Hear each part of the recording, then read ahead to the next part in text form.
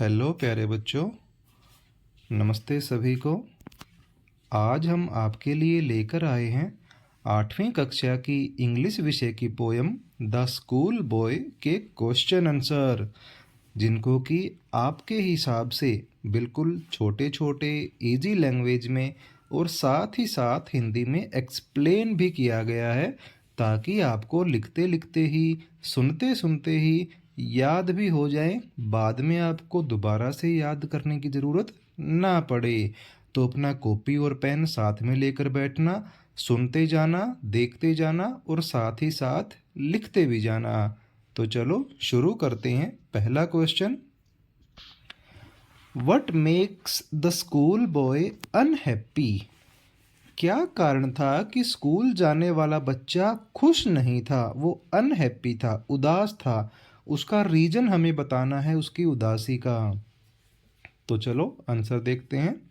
The school boy has to go to school every summer morning. गर्मी की हर सुबह को बच्चे को स्कूल जाना पड़ता था। तो क्या ये नाखुश होने वाली बात है? आप भी तो आते हो ना हर रोज स्कूल, फिर वो उदास क्यों था? There is so much to enjoy in the field. लेकिन बाहर फील्ड में, यहाँ पर फील्ड का मतलब है कि बाहर जो आउटिंग है, open air, open environment, open nature, वहाँ कितना कुछ है मज़े लेने को, खेलने को, देखने को, एंजॉय करने को। लेकिन बच्चे का मन उदास हो गया क्योंकि उसे ये सब छोड़कर स्कूल जाना पड़ रहा है। कहाँ तो वो पक्षियों की आवाज़ सुन सुनकर खुश था, लेकिन अब उसे जाना पड़ रहा है अपने school. Secondly, his teacher is strict. उसके जो अध्यापक हैं वो भी स्ट्रिक्ट हैं। And lessons are uninteresting. और उन्हें जो चैप्टर पढ़ाए जाते हैं उनमें भी उसका इंटरेस्ट नहीं है। उसे अपनी पढ़ाई में, अपनी बुक्स में मज़ा नहीं आता है। जब इतना कुछ हो गया तो फिर स्कूल जाकर उसका कहाँ मन लगने वाला है। It makes him unhappy. और ये चीज़ें मिलकर उसे या उसकी खुशी को उससे दूर कर देती हैं, वो उदास हो जाता है। आई होप कि आप सुनते सुनते, लिखते लिखते ही आप याद भी कर लोगे। चलते हैं दूसरे क्वेश्चन की ओर। Why does the boy compare himself to a caged bird? Caged bird का मीनिंग होता है पिंजरे के अंदर बंद पक्षी। जो बच्चा है वो अपनी तुलना करता है जैसे वो पिंजरे में बंद है, एक पक्षी की तरह। ऐसा क्यों?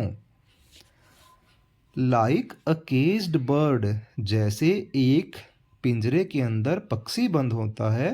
The boy is also not free to do anything at his own will. उसी तरह बच्चा भी फ्री नहीं है, स्वतंत्र नहीं है, आज़ाद नहीं है कि वो अपनी इच्छा से कोई काम कर पाए। यहाँ पर स्पेलिंग देखो, OWN, इसको बोलते हैं ओन, खुद की इच्छा से। विल का मीनिंग होता है मर्जी, इच्छा। खुद कुछ वो नहीं कर सकता अपनी इच्छा से। He wants to live a life of freedom. वो चाहता है कि उसका जीवन भी तो फ्री हो, वो भी तो आज़ाद हो। जब वो घर पे रहता है तो उसके ऊपर पेरेंट्स निगरानी रखते हैं। जब वो स्कूल में चला जाता है तो उसके ऊपर टीचर निगरानी रखते हैं। और वो चाह रहा है कि उसे खुले माहौल में रहने को मिले, जो उसे मिल नहीं पा रहा है। But he is unable to do so because there are many restrictions on him. वो अपने आप को फ्री महसूस नहीं कर पा रहा क्योंकि उसके ऊपर बहुत सारे रिस्ट्रिक्शंस हैं, बहुत सारे बंधन हैं। वो बंधा हुआ है लिमिटेशंस के अंदर। क्या काम किस जगह पर कब करना है, इन सब ने उसको बांध कर रखा है। इसीलिए तो वो खुश भी नहीं है, ना स्कूल में ना स्कूल के बाहर। वो निराश रहता है। केवल जब सुबह सुबह उसे पक्षियों की चहचहाहट सुनने को मिलती है तब उसका मन खुश होता है, क्योंकि तब वो नेचर को एंजॉय करता है। लिखते जाइए साथ के साथ। Question 3, what is the poet's advice to the parents of school going children? इस पोयम के माध्यम से पोएट क्या मैसेज देना चाह रहा है उन बच्चों के माता पिता को जो स्कूल जाते हैं?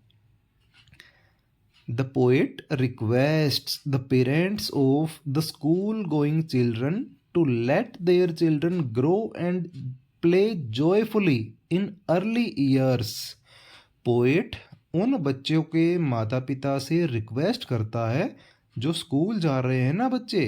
पोएट कहता है उनके माता पिता से कि आप अपने बच्चे को पलने दें, खेलने दें अपनी खुशी से, जब वो जीवन के प्रारंभिक स्टेज पर है, जब लगता है कि अब उसका विकास होगा, वो एज बढ़ने के साथ साथ, उसका शरीर बढ़ने के साथ साथ उसका मानसिक, शारीरिक, सामाजिक विकास होगा, तब उसे अपनी इच्छा से काम करने दें।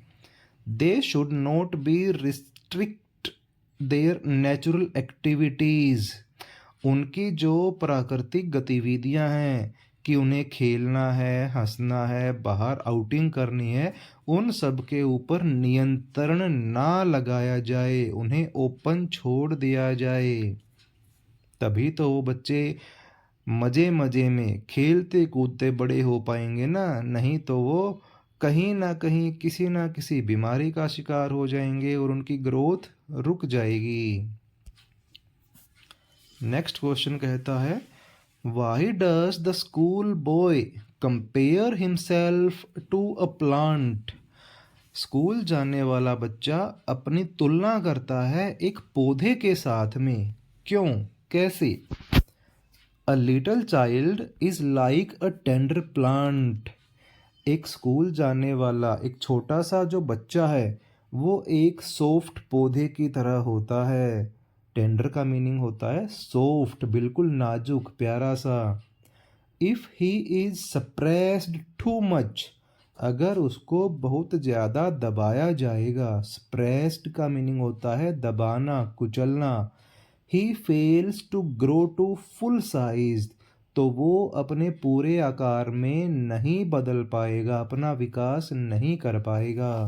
अ tender plant if crushed at the bud stage, इसी तरह एक छोटे पौधे को भी अगर बड स्टेज का मीनिंग है जैसे बच्चे की जो प्रारंभिक विकास की अवस्था होती है, उसी प्रकार बड स्टेज होती है। बड का मीनिंग होता है खिलने वाली छोटी छोटी कलियां, जिनसे फूल बनता है और फूल से फिर फल बनता है, फ्रूट बनता है। अगर उसी स्टेज पर, कली की स्टेज पर पौधे को दबा देंगे, वॉन्ट बियर एनी फ्लावर और फ्रूट इन स्प्रिंग सीजन, तो जब फूल खिलने का मौसम आएगा या जब फल लगने का मौसम आएगा, तब ये दोनों ही चीज़ें हमें प्राप्त नहीं होंगी। क्यों नहीं होंगी? क्योंकि इनको हमने अर्ली स्टेज, शुरू वाली स्टेज पर ही ख़त्म कर दिया, तो अब ये मिलेंगी कहाँ से? ऐसा ही बच्चे के साथ होता है। अगर हम उसको शुरू से ही दबाते चले जाएंगे, यानी उसकी इच्छाएं पूरी नहीं होंगी, तो आपने देखा है ना, कक्षा में कुछ बच्चे ऐसे होते हैं जो हमेशा चुपचाप एक कोना पकड़कर बैठे रहते हैं, ना किसी से ज़्यादा बातें करते हैं। उनके चेहरे पर, उनके मन में हमेशा उदासी के भाव रहते हैं। तो इन्हीं बंधनों को तो तोड़ना है ना, बच्चे को अपनी लाइफ इंजॉय करने देना है। यही इस पोएम का मेन मैसेज है, मेन पॉइंट है। तो प्यारे बच्चों, ये थे इस पोएम के छोटे छोटे थोड़े से क्वेश्चन आंसर। आई होप आपको अच्छे से समझ आए होंगे, आपने लिख भी लिए होंगे, तो इनको याद भी कर लेना। ठीक है? Thank you.